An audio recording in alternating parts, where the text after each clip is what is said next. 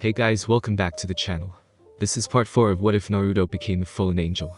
If you guys enjoyed this What If, and want to see part 5 of it, comment down below, and let me know. Then go ahead and check out other What Ifs in the channel. Before we start, please do support for more awesome content.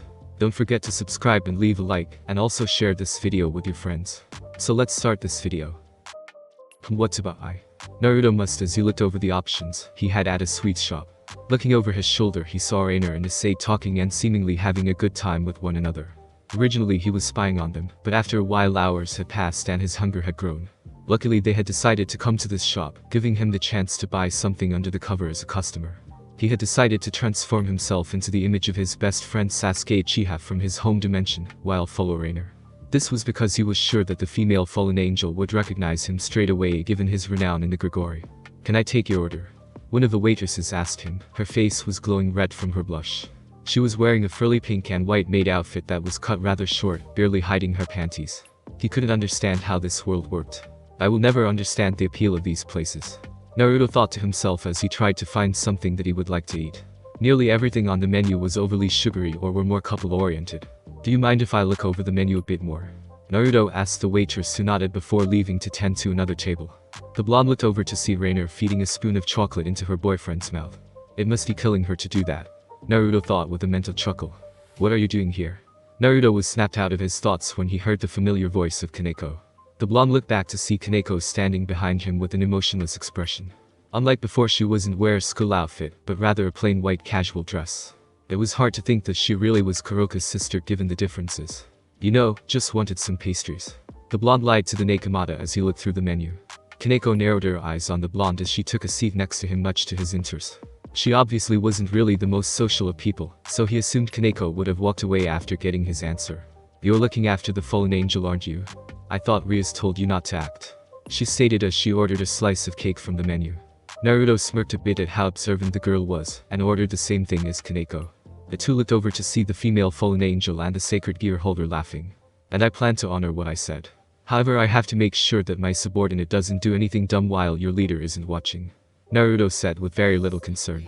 He knew that if he wanted to he could do as he pleased in the area until Surzichus took notice, but that wouldn't be good for the somewhat peace that they three Christian factions had with one another. The doorbell rang as Issei and Rainer left the store just as their orders arrived. "Do you intend to go through with what you said about training us?"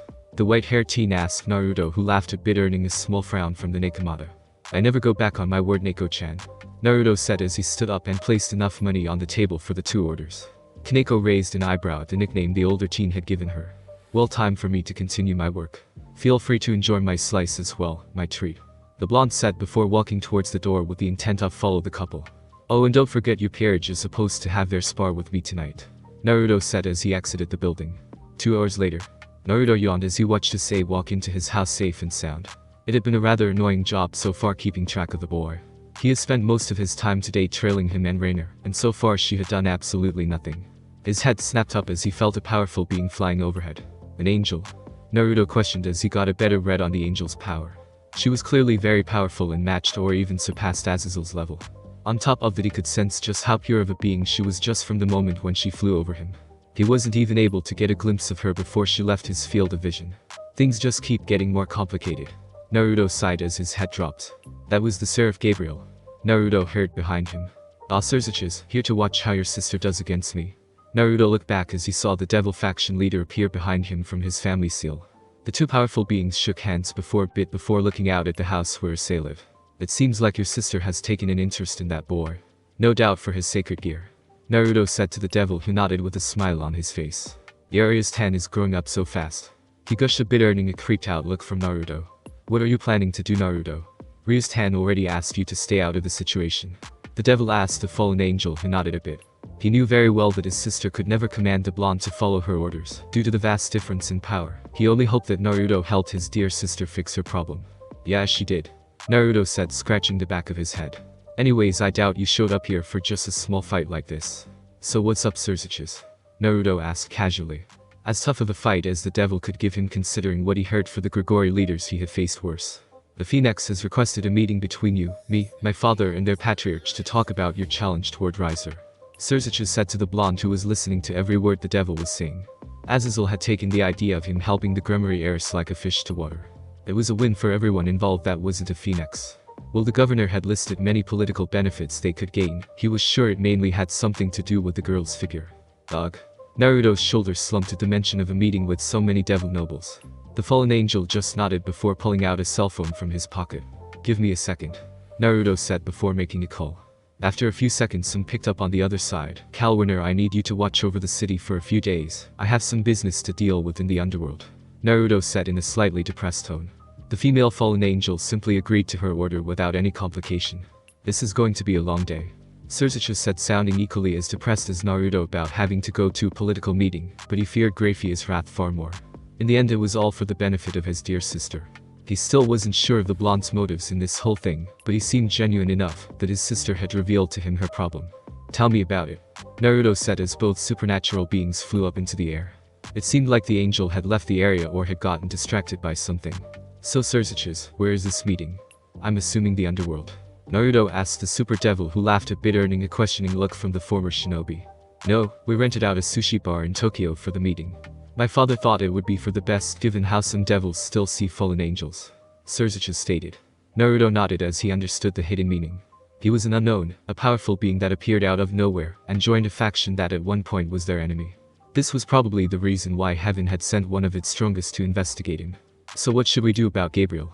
I have a feeling I'm what she's looking for here, Naruto said. I'm sure she can wait, Suzuki responded with a lazy wave. With Azazel, the leader of the fallen angels, had found himself in an old abandoned castle.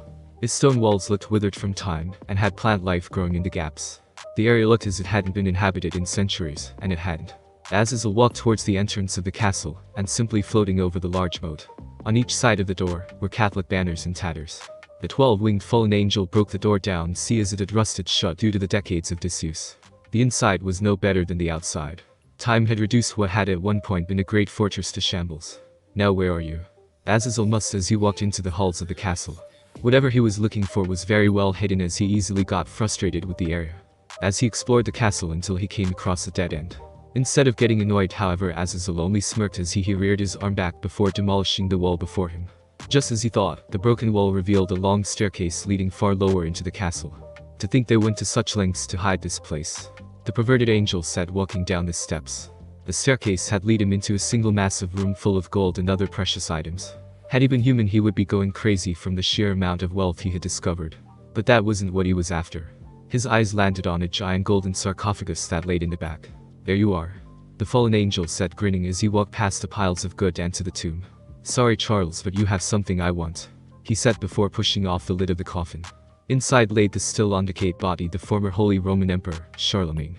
The elderly dead body was dressed in elegant robes that went well with his title, but what Azazel really wanted was what was in his hands. A sword. I wonder if Naruto is going to like his new toy, Azazel said as he grabbed sword and ripped it out of the corpus grip. Instantly the body seemed to crumble away as it lost possession of the blade. Joyous, Azazel said with a small laugh at his accomplishment.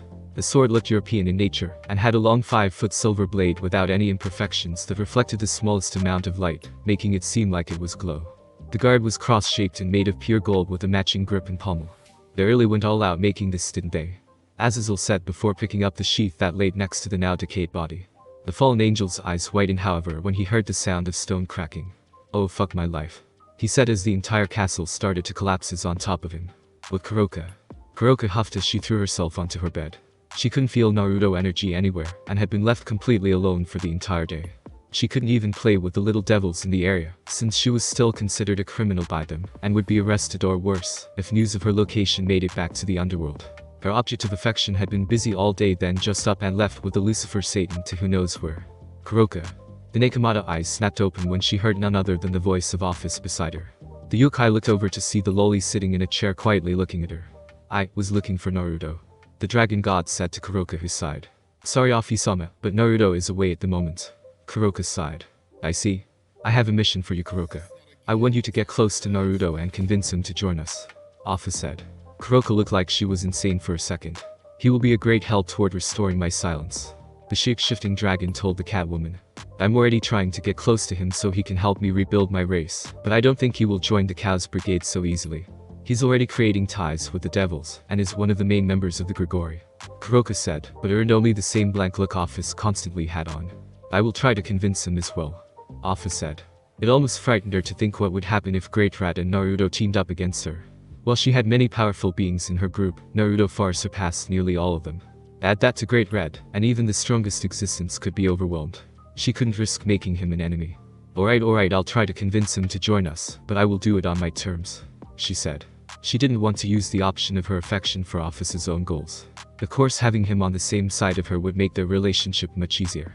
But first she wanted to establish one, a real one to be precise. Office just nodded and left the house as if it were her own. With Naruto and Sursages, the two super beings walked down the streets of Tokyo towards their destination. Both had accepted that the other was indeed capable of killing the other, despite Naruto's let without use of Rakuto mode in Naruto's case. The power duo was gathered rather large amount of attention from the young female populations of the city. This is awkward, Naruto said, feeling a bit uncomfortable. Sursages laughed at the younger of the two. Being alive for years, he had gotten over the stares he would get from the woman he encountered. It gets better over time, Sursages said to the blonde, who nodded. I wonder how God would react if he found out about how humans react around the very beings he hated, Naruto stated to the super devil, who nearly didn't hold back his laughter. Naruto had been one of the few people Azazel had informed of the death of God. Due to him not originally being from this dimension, it barely had an impact on him, given that he had no connection to the deity. Anyways, you seem rather supportive of me breaking this deal your parents made with the Phoenix. Shouldn't you be thinking what's best for the devils as a species, not just your sister? Naruto questioned Sursages. The devil had created an illusion around them to avoid being heard. Veridid smiled a bit, but it seemed a bit different from before. I know I'm supposed to be a leader to the devils, and by supporting my sister like this, I'm preventing something that would go a long way in helping out my race, Sursages said to the blonde, who listened to every word the man was saying. After all, he himself wasn't just helping for the hell of it. He couldn't just stand around after feeling the negative emotions coming out of Rias during their meeting. I guess I must have a hero complex. A black-winged hero, Naruto mused to himself before he saw Sursages stop in front of a large building with a giant neon sign that honestly made Naruto blush. The sign had the words Devil's Delight with the image to two extremely busty naked devils on either end winking with only a bit of steam covering the nipples and lower area. What the hell? Naruto asked before he was dragged by the super devil. The inside wasn't much better than the outside. The entire place seemed to be a cross between a strip club and a restaurant. The majority of the occupants of the building were men ranging from his age to middle-aged, being served by devils barely wearing anything. He could feel quite a few fallen angels among the crowd. Sursages summit. Several of the devils flocked to them before they caught sight of Naruto behind the devil and froze. He assumed that he had made quite the reputation among the devil population. If devils reacted this way, he could only image the angel's reaction. I come in peace, Naruto said awkwardly as he raised his hands in front of him. Sursages nodded to his claim as the devil woman nodded and went back to work, leaving them. We are having a diplomatic meeting at a strip club, Naruto asked. At this point he had decided to stop questioning the actions of devils and just roll with it. Jiraiya would have a field day in this world, the blonde thought as Graphia came out of a door leading to a back room with a noticeable frown on her face. Sursages-sama, Graphia said politely to her king before she looked at Naruto with a small scowl. Naruto-san, the woman said coldly. Please follow me, Graphia said as she led the two back through the door she came out of into a large room. In the room sat two blondes and one redhead. One was clearly older than the other one, who he assumed to be Riser Phoenix. He almost let out a laugh due to how far Naruto outpowered the poor devil, but the younger one looked rather calm about having to face him. Hell, he looked like he thought he stood a chance. The redhead looked like a middle-aged looking man with long crimson red hair that is tied as a loose ponytail with a black hairband. He had bright blue eyes just like his two children, Sursages and Ria's Gremory. He also had a short red beard. The two blondes he assumed to be the Phoenix looked similar to one another. Riser was a tall and handsome young man in his early 20s with short blonde hair and dark blue outfit, consisted of a burgundy blazer with gold embroidery on the right, with matching pants and black dress shoes. Underneath his open blazer is a white dress shirt with the first button undone, giving a slight view to his chest. You must be Naruto, Sursage's father said as he stood up from his seat and walked over to the blonde, offering his hand. Naruto smiled and shook the man's hand. Naruto had to admit that it was rather shocking to see just how young the man looked despite being several hundred years old. The two nodded to one another before the three standing men sat down at the table, while Graphia to prepare something for them. Now that everyone is here, let's get to the meeting, Lord Gremory said. Why are we even making deals with Fallen Angel anyways? Riser started glaring at Naruto, who looked unaffected. The attention was turned toward Riser, who was prepared to continue. This is a matter of the devil race, it has nothing to do with people like him, the blonde man said to the table while pointing at Naruto. He has a point, Sursages, the eldest redhead said to the Satan, who visually frowned that his father had given Riser a point towards his argument. Despite the challenge, Riaz is a devil, and the marriage was created for the benefit of our race. Why should a fallen angel have a say in devil affairs? Lord Gremory questioned his son. As much as he wanted the marriage contract to be broken, he couldn't help but agree that Naruto had nothing to justify them agreeing to the challenge. Surzich paled a bit as he tried to think of something, but luckily something came to mind. Well, it's true that a fallen angel normally has no say in the business of devils. Naruto here isn't a normal fallen angel. He is a highly influential member of the Grigori, and is just as powerful if not more so than myself. Surzich's admitted, shocking the three men just as Grafia walked in with several plates full of sushi. Are you saying that the rumors about this man are true? Lord Phoenix asked, shocked. He had heard a few rumors around the other lords, following a meeting between Surzich's and the yokai leader, but he had written them off as a made-up story. Surzich's nodded his response as everyone looked towards Naruto. Still, by letting him challenge Rizer for my right to marry Riaz, we risk losing a chance to advance the devil race back to its prime. Lord Gremory said. The possible combination of Riaz's power of destruction and the Phoenix's immortality and fire control could give birth to a new generation of super devils. Riaz's father said, frowning. He truly hated himself for saying that. It went against everything that he had wanted for his. He had known how Rizer would have ended up. He would never have agreed to the marriage. That may be true, Surzicha said to his father before looking at Naruto with a wide smirk. But I suggest a marriage between Naruto and Riaz, Surzicha said as he pointed at Naruto. What?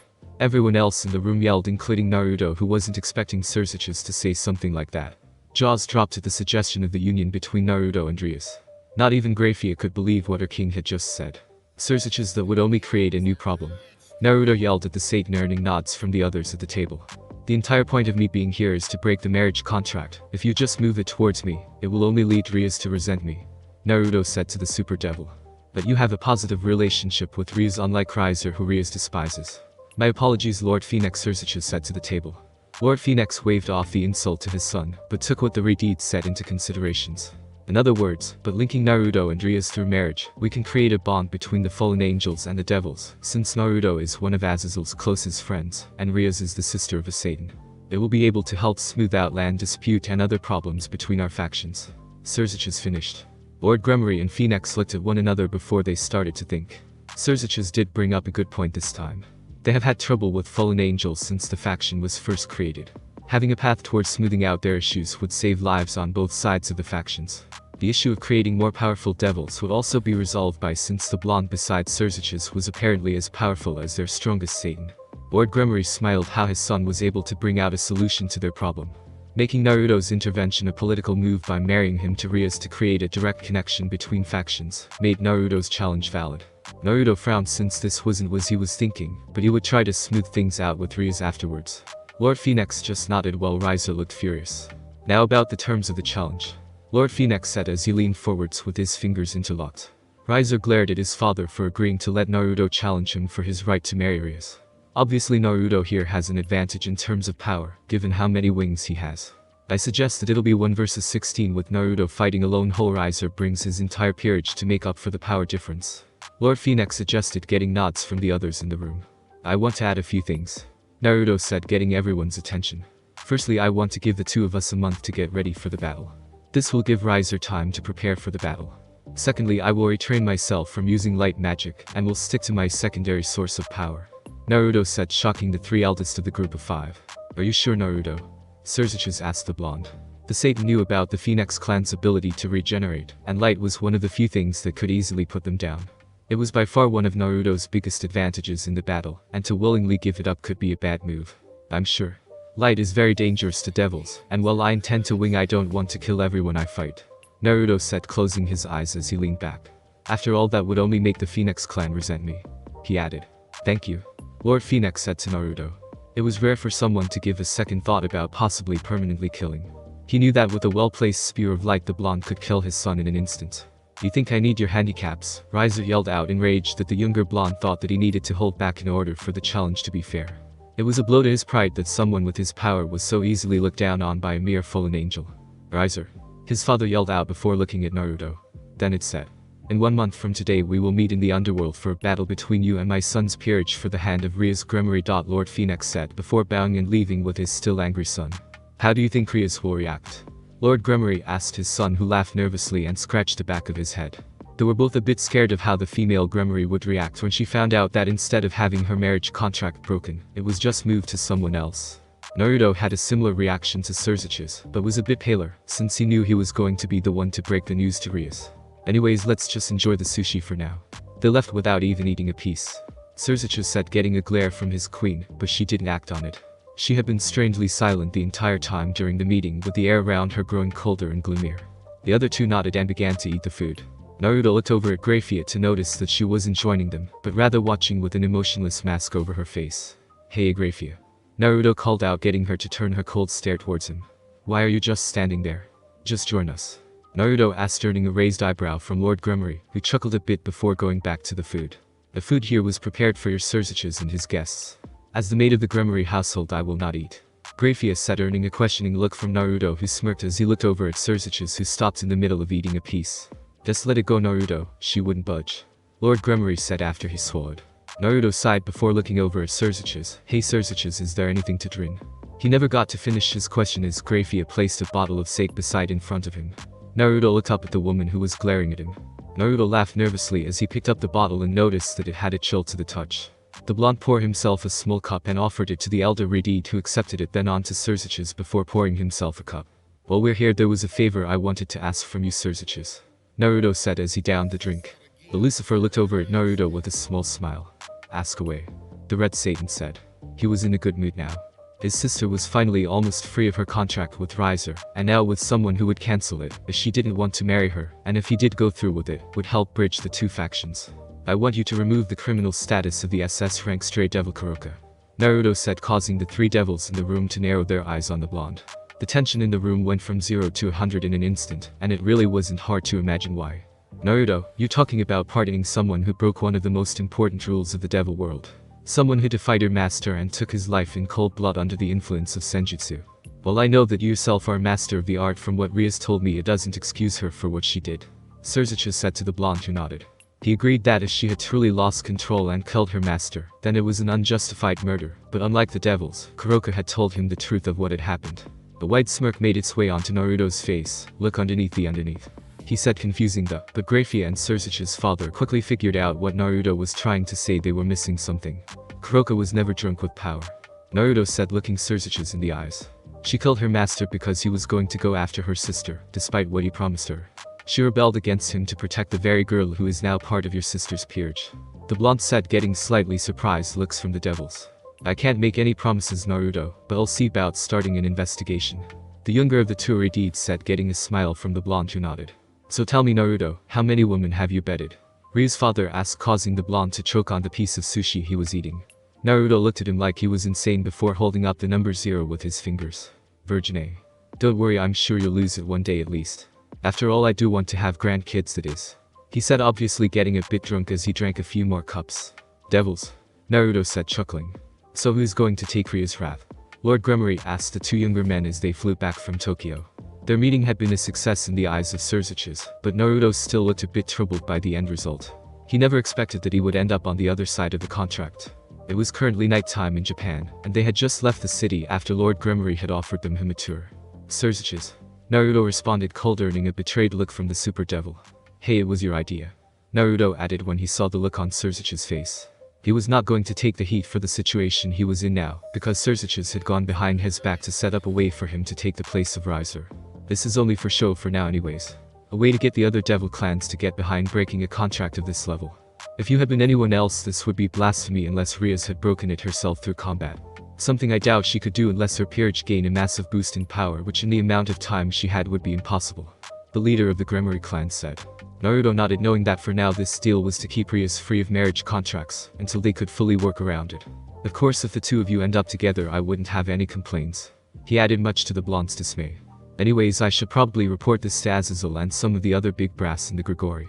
But first we should tell Rias about this," Naruto said to the two Redeeds.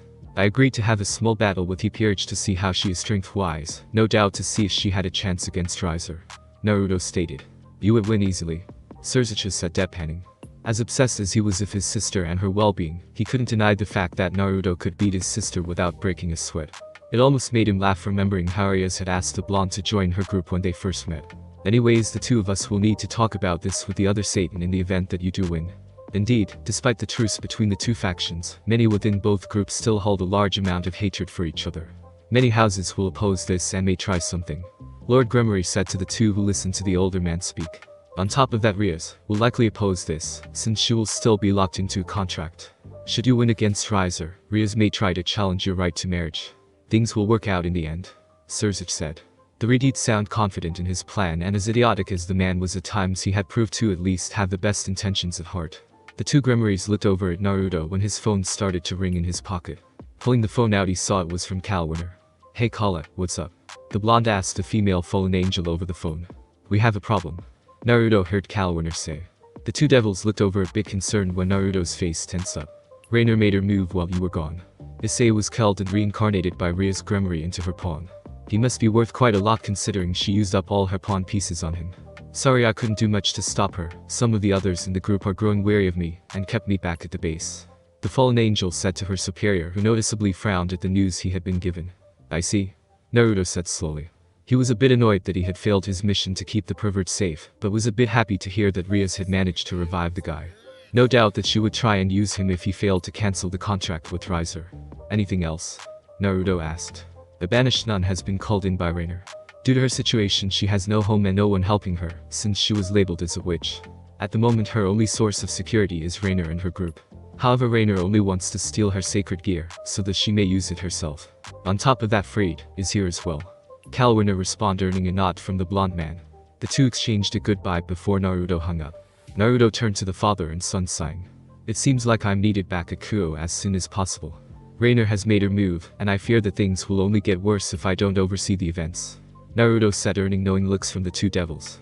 I understand, though I'm sure my Rias Tan can handle a few fallen angels with her peerage, Surzich said to the blonde, who, well a bit bothered by how casually the devil waved off the threat of his faction, knew that Rias would have easily beaten Rainer, with her entire peerage attacked. What worried him, however, was that she may try and use this as a test for Issei. We're here, Naruto said as he and neared the city. The three supernatural beings flew down to where Naruto had sensed Ria's presence inside an ordinary-looking house. The three walked towards the door to the house he knew belonged to Issei. They're here, Issei's house, Naruto said as he knocked on the door. After a few moments, an average-looking human woman with brown eyes and brown hair answered the door. Hello, how may I help you three? She asked, blushing a bit at the sight of the three. We need to speak with your son, Lord Gremory said, using his power as a devil and influence her mind so that she didn't try and deny them entree. As the three walked into the house, the three greeted the man they assumed to be Issei's father. Let's see what my daughter is up to, Surzich's father said as they three arrived at the bedroom door, only to hear a crash and scream. Oh pie. I guess the pervert just woke up and saw he is naked. How about we play a little prank on him? The oldest of the three said with a bit of amusement in his voice, earning a questioning look from Naruto. The devil looked down at the blonde before realizing how strange his statement must have sounded. Rias prefers to sleep nude, so it's very possible that she chose to use that to her advantage in getting the boy on her side. Okay, Naruto said, deadpanning before he opened the door, surprising the two teens inside the room. Issei raced to cover his privates when he saw the three walk into the room. A bit of blood dribbled out of Naruto's nose as his mind took in Ria's naked form in all its glory. He took in her every detail, from her long red hair to her nearly supernatural curves. Beautiful, muttered, earning a nudge on his side from the oldest of the three men, who gave him a sly smile. Naruto turned away, blushing. Well, Rias, I see you've been busy, her father said. Once her mind finally managed to register what was going on, she quickly hid behind the covers of Issei's bed, feeling a bit embarrassed being caught by not just her father, but her brother, and one of the leaders of the fallen angels. Her embarrassment only grew when her father walked over to Issei had hastily put on his underwear. Well now, Lord Gremory said as he neared the trembling pervert. Do you know who I am? He asked, grinning like a devil. No? Issei said meekly as he cowered a bit under the head's killing intent. I'm her father, he said menacingly. Naruto nearly died laughing when Issei's skin turned pure white as his color drained from him. The Redeed let the feeling linger for a few minutes before he laughed and walked away from the pervert. Tusama, Nisama, Naruto-kun, what are you three doing here? She yelled at the three, who looked at one another. Well, we got good news and bad news for you, Rias. We'll explain more at the Occult Research Club. For now, get dressed, Naruto said to Rias, who nodded. The blonde then turned to Issei, who was trying to get away from the three. The brown-haired teen frozen when he locked eyes with the smirking blonde. You coming with us, boy? Naruto said, earning rapid nods from Issei. After the two had gotten dressed, they bid farewell to the two adult humans before Issei could eat breakfast. The five walked toward the school, with Issei holding his stomach, complaining about skipping breakfast. So did you do anything with my Rias Tan? Surzich's finally asked, earning a blush from the teen. No, I swear I didn't. Issei cowered under the small amount of power Surzich's was releasing. Nisama, Ryuz yelled at her brother, who laughed a bit as he scratched the back of his head. So what's going on? I doubt the three of you randomly found each other on the streets and decided to come find me. The Crimson Princess asked the three. We will explain more when we get to the school, Naruto said. His attention, however, was caught. He saw none other than the Gabriel flying around with a noticeable pout on her face. No doubt she was getting annoyed of looking all over the city for him. I should probably do something about her after we finish this, as Naruto thought to himself. Clubhouse. So let's start by explaining just what we are to say, Suzuki said, turning to the teen who was gawking at Akeno. This had been the first time Naruto had ever seen the daughter of his fellow fallen angel leader. It was hard to deny that she had indeed inherited a fallen angel's body. The half-devil caught him staring at her discreetly and winked. Ryuz-tan, if you would do the honor, after all he is your pawn, Suzuki said to his sister. Ryuz nodded and turned to the pervert. Do you remember what happened during your date? The Redeed asked, nearing a nod from the teen who brought his hand over his chest where he had been pierced. Then you remember nearly dying. However, I reincarnated you into a devil using my pawn pieces, Ryuz said. Devil Issei stuttered as he took a step back away from the group. Very funny, Gremory-san, I have to say that you got me, Issei said, trying to convince himself that it was all a joke. This is no joke, Issei, Kiba said, stepping up next to his king. We are all devils, well, almost all of us, Ryuz said, as every devil in the room revealed their bat-like wings to the pervert whose jaw hit the ground at the sight of the extra body parts. Ryuz sighed a bit, knowing that she was trying to teach Issei about the supernatural world. The two older devils laughed a bit, having gone through this several times before in the past. Naruto felt a bit bad for the guy, since he himself had gone through something like that, but due to his past adjusted quickly. Wait, what about Naruto-san? Issei pointed at the spiky-haired blonde who was the only one not to show his wings, with the exception of Akeno, who also hadn't let her wings out. Well, unlike the others here, I'm not a devil or human, Naruto said to the boob-obsessed teen who looked at him in confusion. Out of his back came out his 12 jet black wings. Both Issei's and Akeno's eyes widened at the sight of the wings. The blonde felt a massive spike in negative emotions from the busty priestess. He had no doubt that this hatred had something to do with her father. Ryuz also noticed her queen's change in behavior, and gave her a side glance as a warning not to do anything stupid. You one of them, Issei yelled as he remembered how his girlfriend has nearly killed him. He could clearly remember her black wings that matched the blonde in color. Just the sight of the wings brought back the memories of that night. You know, Naruto here may be one of the strongest beings in the universe, Ryu's father said with a large smirk as he tried to scare the teen. He could easily wipe you off the face of the earth if he ever decided to, he said to the teen. Yes, he was still a bit angry that he had found him naked with his daughter, but knew that the two wouldn't do anything, or at least he hoped she wasn't that stupid. No need to scare the kid, father, Suzuki said to the oldest of the two Redeeds. I am Suzuki's Lucifer, the current leader of the devil faction. The super devil introduced himself, but only served to scare the teen even more. Being in the same room as two beings that could wipe the floor with you with barely a thought must have been terrifying. So what's a fallen angel doing here? Akeno asked Naruto, barely holding back the edge in her voice, while trying to keep up her Oni-chan appearance in front of everyone in the room. Regardless of her efforts, she wasn't fooling Naruto, thanks to his ability to feel negative emotions coming from people. I'm here to tell Ryuz that Suzuki's managed to work a way around her marriage with Riser, Naruto said, putting stress on the super devil's name. Ryu's eyes widened as the words left Naruto's mouth. The blonde felt a bit bad for what he was going to have to say next to her. However, there, thanks your dear brother, there's a catch, the seraph-level blonde said, getting the attention of everyone in the room. Issei looked more lost than ever before by this point. Meet your future husband, Ryuz, her father said as he placed a hand on Naruto's shoulders. The entire room fell silent at the announcement. Naruto looked more than a bit annoyed by Lord Gremory's interruption, but never had a chance to complain, as he was hit with a wave of anger. You lied to me, Ryuz roared at him in anger. You said you were going to cancel the contract to just take it for yourself, she cried out. Naruto looked away, feeling ashamed that this was what it had come to. It wasn't my idea, Naruto said, but that rarely deterred the furious Redeed from grabbing him by the collar of his shirt. Everyone in the room held their breath. A high-class devil and the sister of a Satan, no less, committing a violent gesture against a faction leader was a declaration of war in the past. Even Akeno, who wanted Naruto gone, already didn't want her president to start a war. Ryuz-tan, don't do anything stupid, Suzuki thought to himself. He knew that as a faction in general, the devils were far stronger than the fallen angels. However, he didn't was to risk the amount of damage a battle against the blonde would do to the city, if not the country. And it was a battle he wasn't sure he could win either. You act like I won this, Naruto said, slapping her hand away. I was planning on convincing him to let the contract drop and done with.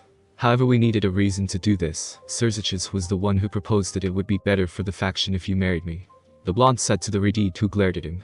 You're just like them.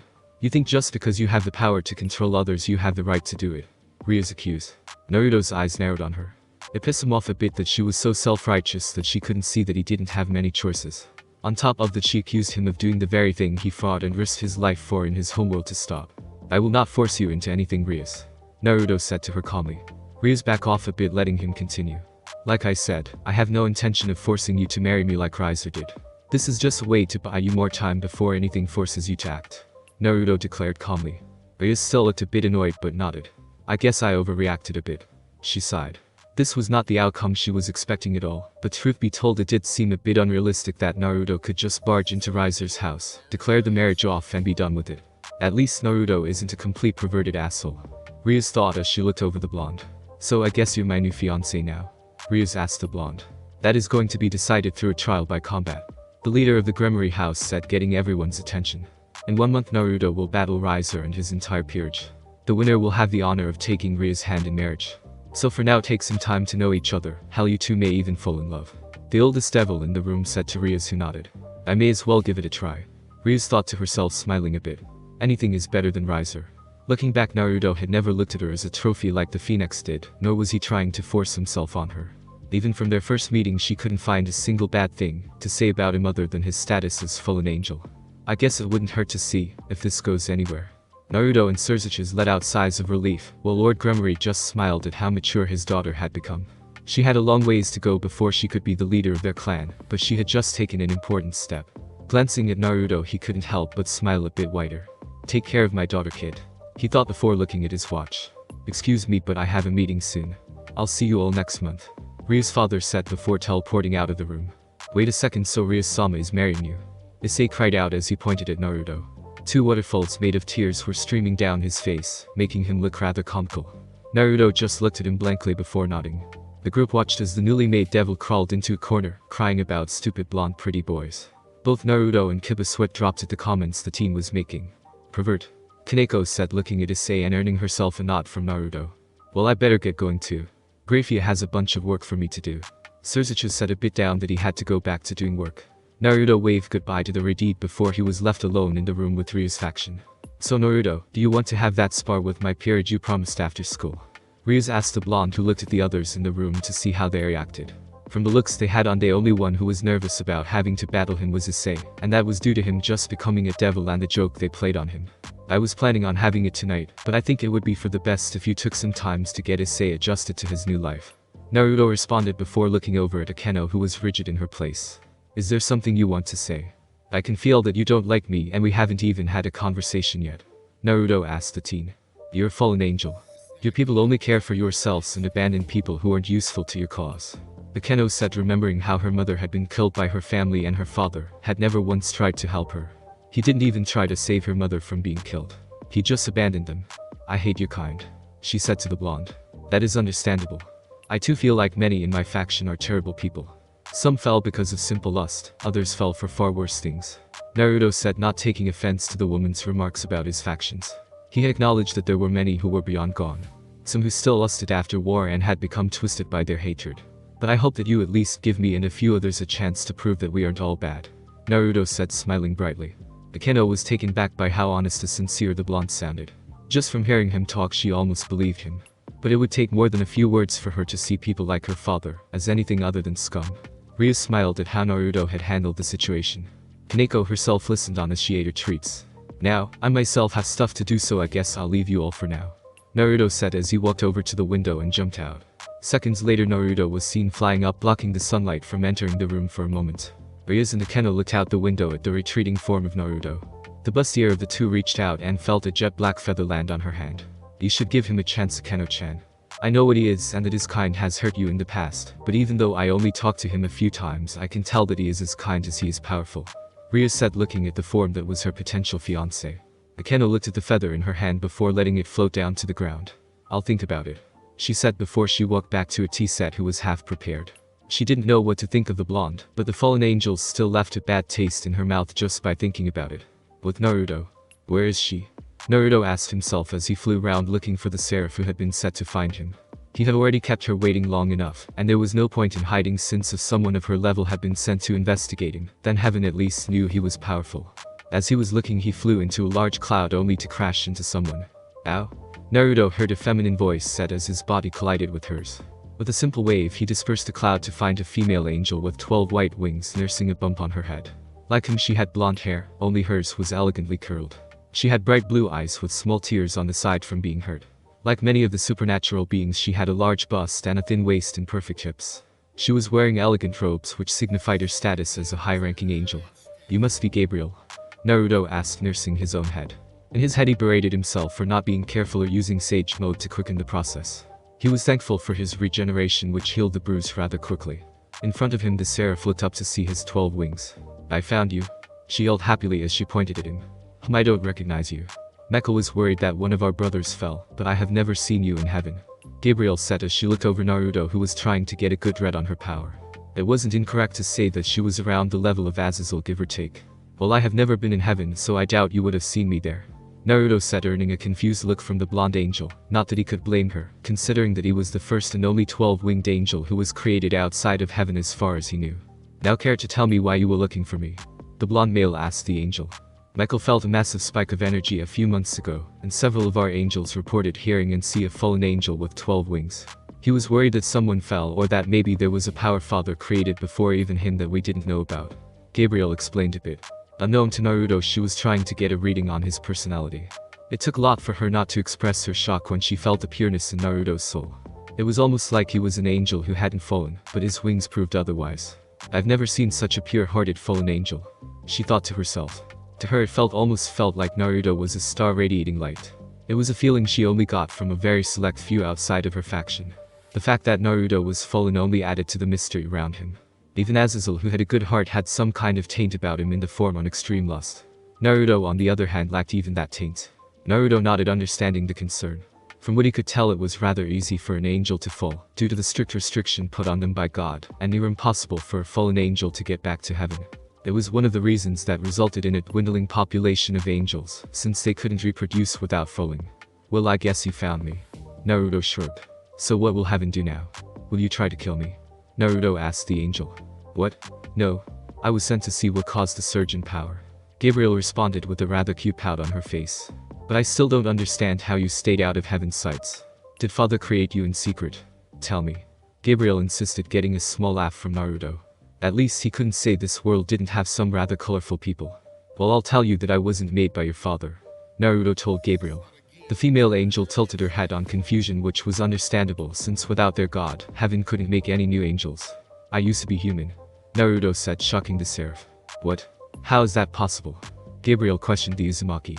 "Well, you know how devils can use their evil peace system to turn humans into devils?" Naruto asked, getting a nod from Gabriel. "Well, Azazel managed to replicate it once, and used it to save me from death, by turning me into a fallen angel, but he hasn't been able to replicate the process since then," Naruto explained to the angel. Gabriel smiled, knowing that Naruto had been completely honest with her. Despite him being a fallen angel, he wasn't doing any of the normal things a member of his faction would do. If anything, she would have thought he belonged in heaven after seeing how pure his soul was. It also amazed her how far Azazel had come in his research. "Thank you for being honest, Naruto," Gabriel said. Naruto smiled back and nodded. "So what are you doing to do now?" "I don't want to fight with either you or your brother," Naruto said sincerely. "Like Azazel, I just want to bring peace to the factions. I think that if we all just try to accept each other and see that by trying to hurt each other, we will hurt ourselves. If we could just forgive each other for the wrongs of the past, then maybe we could end all this senseless violence," the blonde said to the angel. "Thank you, Naruto. I'm happy to hear that you have such a noble goal, Naruto," Gabriel said cheerfully. To Naruto, it was refreshing being around someone as light-hearted as the seraph. She didn't give off any negative emotions, unlike many of devils and fallen angels he had met and worked with. "Oh, I better report to Michael," she said suddenly. "Well, I guess this is goodbye. I hope to see you again," Naruto said to her before he flew away. Gabriel nodded and flew away in the other direction, but not before looking back one last time, and reaching out to Naruto's heart. She smiled at the warm feeling she felt before returning to heaven to give her report. Naruto's home. The blonde collapsed on his bed and let out an exhausted sigh after the day he had. Looking over, he stared at his mechanical arm. At first glance, it looked like a normal arm, but if someone were to touch it, they would feel the cold metal it was made out of. It was a reminder of where he came from and his battle with Kaguya. "I wonder what Sasuke and Sakura are doing," Naruto asked himself as he rolled in his bed. He thought about all the people he had met so far in this world. He wondered what they would think if they saw his world. Everything was so different here compared to in Konoha. He also wondered what had happened after the war. How had things ended up after he disappeared? "Naruto-kun." Kuroka yelled as she busted into his room, breaking his train of thought. Where have been? I got so lonely. Kuroka said as she jumped on his bed. Naruto looked away as her cleavage was inches from his face. Well, I'm getting married to your sister's king, Naruto said. Thanks for listening. I do hope you enjoyed. If you want a next part of this video, like, subscribe, and comment down below, and turn on that bell notification. And also check out the other videos that I have created, and enjoy. See you in the next video. Peace.